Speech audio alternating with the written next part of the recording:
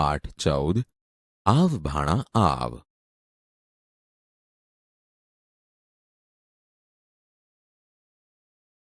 આવ ભાણા આવ એ હાસ્ય ઉપજાવતી કથા છે, જેના લેખક છે શ્રી શહાબુદ્દીન રાઠોડ.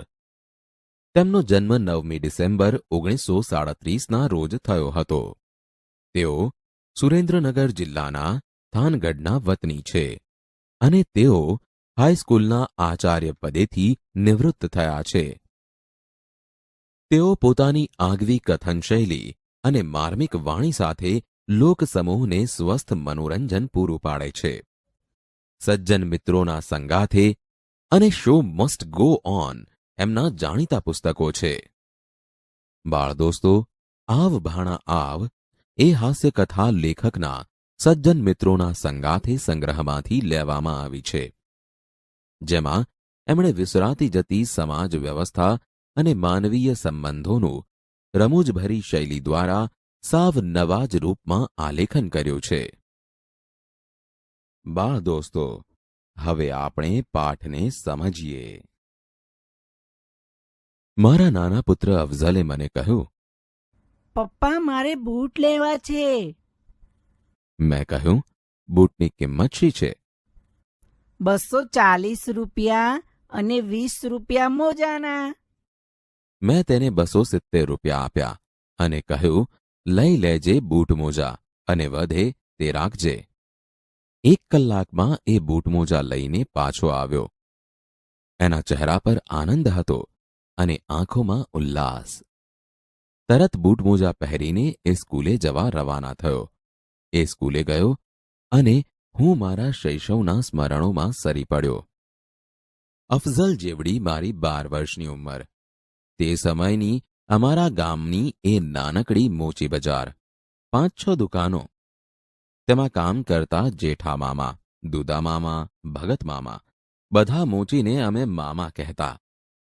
એ બજારમાં મેં બૂટ માટે જે ધક્કા ખાધા છે, જીવનમાં જે યાતના સહી છે, જે દુઃખો વેઠ્યા છે, તેના સ્મૃતિમાં સંઘરાઈને પડેલા ચિત્રો એક પછી એક મારા માનસપટ પરથી પસાર થવા લાગ્યા. સૌ પ્રથમ તો બૂટ માટે મારે વડીલો પાસે વિધિસર માંગણી રજૂ કરવી પડતી. પ્રથમ ભાઈ છોટુભાઈ, પછી અમીનાબહેન, પછી બા સમક્ષ રજૂઆત કરતો, પછી બાપુજીને જણાવતો. પરિવાર સામે અસ્તિત્વ ટકાવી રાખવાના મહાન પડકાર સામે મારી સમસ્યા સૌને સાવ ક્ષુલ્લક લાગતી, એટલે કોઈ લક્ષ્ય આપતું નહીં. સાતમ આઠમનો મેળો, તરણેતરનો મેળો, ગણેશ ઉત્સવ, નવરાત્રી, લગ્નગાળો, શાળાના પ્રવાસો વગેરે બૂટ પહેરવાના પ્રસંગો ગણી શકાય. દિવાળી, બેસતું વરસ વગેરે પર્વોમાં બૂટ પહેરીને મહાલવાની તીવ્ર ઈચ્છા થતી અને મારી માંગણી અવારનવાર નામંજૂર થવા છતાં હું નેપોલિયનની જેમ હિંમત હાર્યા વગર મારા પ્રયાસો ચાલુ રાખતો. આખરે મારા બૂટ ખરીદવાનો પ્રશ્ન સમગ્ર પરિવાર માટે જટિલ સમસ્યા બની જાય તેટલી હદે મારા પ્રયાસો પહોંચતા ત્યારે પરિવારના બધા સભ્યોની મીટિંગ મળતી. બૂટ કરતાં કઈ કઈ બાબતો વધુ મહત્વની છે તેની વિગતે ચર્ચા થતી.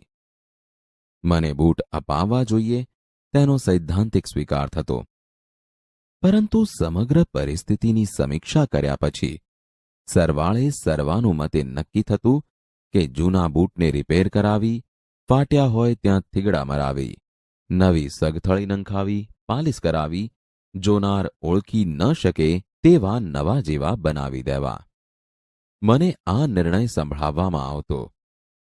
કોઈ કેસમાં સાવ નિર્દોષ છૂટવાની આશા હોય તેને બદલે 5 વર્ષની કેદની સજા થાય ને આરોપી ઢીલો ઢફ થઈ જાય, એમ કુટુંબીજનોનો નિર્ણય સાંભળી હું એ ઢીલો ઢફ થઈ જતો. આખરે મારે કર્મે લખ્યું કથિર એમ વિચારીને જૂના જોડા રિપેર કરાવી લેતો. પછી તો રિપેર કરાવીને આડા અવળા થીગડા માર્યા પછી જોડાનો મૂળ આકાર જતો રહ્યો હોય. અંતે બાપુજીની પરવાનગીથી મેં એ જોડા સોમાને આપ્યા.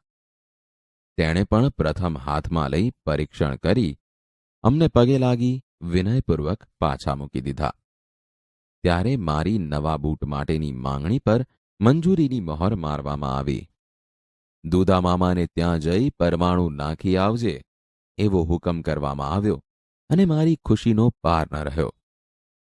ઉમંગમાં ને ઉમંગમાં હું દોડીને દુદામામાની દુકાને પહોંચ્યો અને કહ્યું, દુદા મામા, મારા બૂટ સીવવાના છે. મારા બાપુજીએ કીધું છે મારે લાલ બૂટ સીવડાવવા છે. આવ ભાણા આવ. બેસ ભાઈ, તારા બા બાપુજીની તબિયત સારી છે ને? સારી છે, પણ પહેલા પરમાણુ લઈ લ્યો ને. હા, હું એ તો લઉં છું, પણ એ તો તું કહે કે તારે લાલ બૂટ જોઈએ કે કાળા? વાદરીવાળા જોઈએ કે વાદરી વગરના? અણીવાળા બૂટ બનાવવા છે કે ગોળ? દુદા મામા, લાલ, ગોળ, વાદળીવાળા બૂટ સીવવાના છે. લે, મૂક ભાણા પગ. મેં પગ મૂકેલો અને જાડી પેન્સિલથી દુદામામાએ લીટી દોરીને પરમાણુ લીધેલું. બૂટના પ્રોજેક્ટનો પ્રાથમિક તબક્કો આ રીતે પૂરો થતો. હું પૂછતો, દુદા મામા, બૂટનું માપ તો લેવાઈ ગયું. હવે હું બૂટ ક્યારે લઈ જાઉં? જો ને ભાણા, આજે જાણે શનિવાર થયો. રવિ, સોમ, મંગળ અને જો બુધવાર પણ જવા દે. એમ કર, ગુરુવારે લઈ જજે. વાર પણ સારો ગણાય. એ 5 દિવસ પસાર કરવા મારા માટે અસહ્ય થઈ પડતા. વળી ગુરુવારની કલ્પના કરતા કરતા આનંદ થતો. શનિથી બુધ સુધીના દિવસો પસાર થશે. ગુરુ આવશે, હું બૂટ લઈ આવીશ, નવા નકોર, લાલ, વાદળીવાળા, પહેરીને નિશાળે જઈશ. છોકરા છોકરીઓ જોઈ રહેશે. 5 દિવસ પસાર કરી ગુરુવારે હું ઉત્સાહમાં દુદામામાની દુકાને પહોંચી જતો. મારા બૂટ લાવો, મારા બૂટ જલ્દી આપી દ્યો. પરંતુ મારી આવી ઉત્કંઠાની દુદામામા માથે કાંઈ અસર થતી નહીં. આવ ભાણા આવ. છોટુ મિયા ક્યાં છે? દ્વારકા પાસે બરડિયા સ્ટેશન છે, ત્યાં સ્ટેશન માસ્તર છે. હા, તો બરાબર. પણ અરે ભાણા, સાંભળ, હું તને કહેતા ભૂલી ગયો. અમે ઘરના બધા હમણાં જ જાત્રાએ ગયા હતા. એમાં દ્વારકા આવતા આંખને છોટુભાઈ ભેગો થઈ ગયો. અમને જોઈને શું ખુશ થયો છે. મને કહે, મામા, તમે આઈ ક્યાંથી? મેં કહ્યું, ઘરના સૌ જાત્રાએ નીકળ્યા છીએ. હજી આ ગાડીમાંથી ઉતર્યા જ છીએ. અમે સાથે ગરમ ચા પીધી, પછી મંદિરે દ્વારકાધીશના દર્શન કરાવ્યા. આખું દ્વારકા ફેરવ્યા અને છેલ્લે સ્ટેશને આવી ગાડીમાં સારી જગ્યા ગોતી બેસાડી દીધા ને અમે સીધા આવતા રહ્યા. કાંઈ તકલીફ ન પડી. મોટો ઈ મોટો. દુદામામાએ લાંબી વાત એટલી રસપૂર્વક કરતા કે મને બૂટ ભૂલવાડી દેતા. પણ મારા બૂટનું શું થયું? બૂટ જલ્દી આપો ને. અરે ભાણા, ઈ જ તો તને કહું છું. આ જાત્રામાં થોડા દિવસ કામ નથી થયું, એમાં રહી ગયા છે. કામ તો ભાણા આખી જિંદગી કરવું જ છે ને. પણ જો, શુક્ર, શનિ, રવિ, એમ કર, સોમવારે લઈ જજે, બસ. તમે ખોટા ખોટા ધક્કા ખવડાવો છો. બૂટ સીવી દેતા નથી. આવો બડબડાટ કરી ભગ્ન હૃદયે દરવાજો વટી જતો અને ફરી મારી જાતને ઉત્સાહમાં લાવવા પ્રયાસ કરતો બોલતો. આટલા દિવસ ગયા તો 3 દિવસ વધુ, એમાં શું? સોમવારે પાછો હું દુદામામાની દુકાને જતો. એ જ શાંતિથી, એ જ સ્વસ્થતાથી દોરાને મીણ ચડાવતા ચડાવતા એ મને આવકાર આપતા. આવ ભાણા આવ. બૂટ આપી દ્યો. તમે સોમવારે લઈ જવાનું કહ્યું હતું. આજે સોમવાર છે. અરે ભાણા, બેસ તો ખરો. આ તારાથી મોટો શું કરે છે? અત્યારે પરશુરામ પોટ્રીમાં નોકરી કરે છે. બસ આટલું સાંભળતા જ દુદામામાની વાતો શરૂ થઈ જતી. અરે ભાણા, કરીમભાઈ તે કાંઈ ભજન ગાય છે? બધા જૂના ભજન ગંગા સતી અને પાનબાઈના, રવિ સાહેબ અને કીમ સાહેબના. મોટો ભજન ગાય છે એ મને ખબર નહીં. મેં તો હમણાં સંતની જગ્યામાં સાંભળ્યા. અરે પણ મારા બૂટ આપી દ્યો ને. હવે ભાણા, તારુંય રહ્યું ને મારુંય રહ્યું. એમ કર, શુક્રવાર પાકો. જા, હવે વેણ ફરે તો કહેજે બસ. જોજો, શુક્રવારે હું બૂટ લીધા વગર જવાનો નથી. ન સીવવા હોય તો ના પાડી દ્યો, પણ ધક્કા ખવડાવીને તોડી નાખો માં. તું નારાજ થામાં બાણા. હવે શુક્રવારનો શનિવાર ન થાય. બસ જા. આમ બધું પાકે પાયે કરી હું દરવાજા સુધી પહોંચતો ત્યાં જ બૂમ મારતા દુદા મામાએ મને પાછો બોલાવ્યો. હે ભાણા, જો ઉઘાડા પગે આવજે અને બૂટ પહેરીને જજે. આટલી સૂચના મળતા હું એટલો લહેરમાં આવી જતો કે ઉમંગમાં ને ઉમંગમાં કુંવરજી વાઘજીની દુકાન વટી ગયા પછી મને યાદ આવતું કે 6 મહિનાથી હું ઉઘાડે પગે તો છું જ. હવે શુક્રવારે દુદા મામા શું બહાનું કાઢે છે તેનો પ્રથમ વિચાર કરીને માનસિક રીતે તૈયાર થઈને હું એમની દુકાને પહોંચતો અને એ કાંઈ કહે તે પહેલા જ હું કહી દેતો, લાવો બૂટ. ભાણા, કાળા કરવા છે કે લાલ? અરે, તમને 10 વાર કીધું છે કે લાલ કરવાના છે. પહેલે દિવસે જ નક્કી થયું છે ને અત્યારે પૂછો છો લાલ કરવા છે કે કાળા?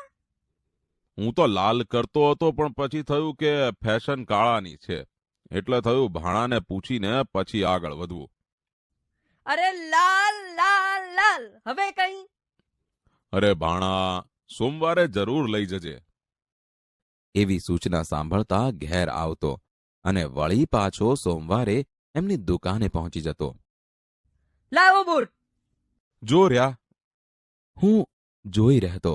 લાલ, ચમકતા, અણીવાળા, વાદરીવાળા.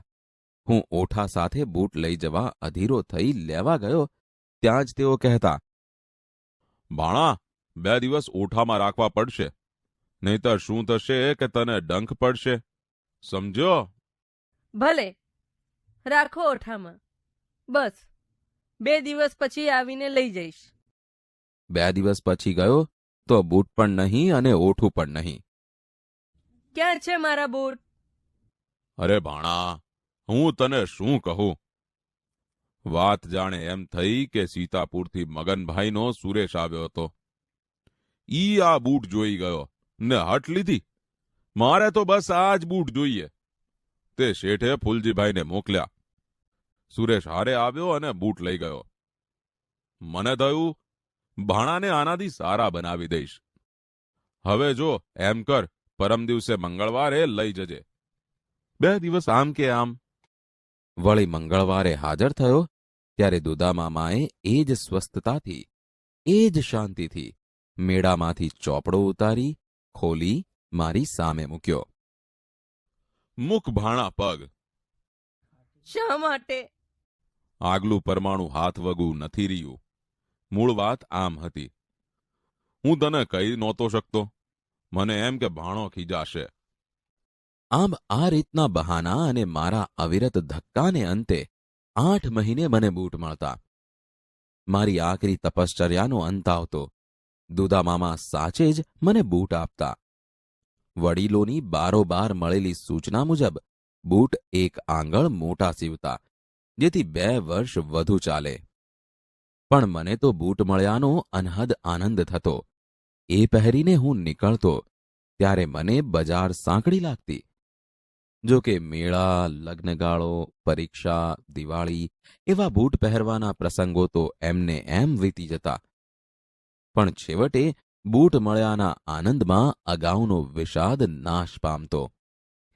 જ્યારે જ્યારે નવા બૂટની મારી માંગણી મંજૂર થતી ત્યારે ત્યારે અહીં વર્ણવેલા બધા દ્રશ્યો ફરી ફરી અચૂક ભજવાતા. વારના નામમાં ફેર પડે પણ વાયદાની રીતમાં ફેર ન પડે. આજે ધક્કા ખાધાનું દુઃખ ભૂલાઈ ગયું છે. બૂટ મળ્યા વખતનો આનંદ યાદ રહ્યો છે. દુદા મામાનો સ્નેહ નીતરતો અવાજ હજુય કાનમાં પડઘાયા કરે છે. એમ કર ભાણા, સોમ, મંગળ અને જો બુધવાર પણ જવા દે. એમ કર, ગુરુવારે લઈ જજે, વાર પણ સારો ગણાય. આજે નવા બૂટ લેવાના થાય છે ત્યારે આ સ્નેહભીનો અવાજ અચૂક યાદ આવે છે.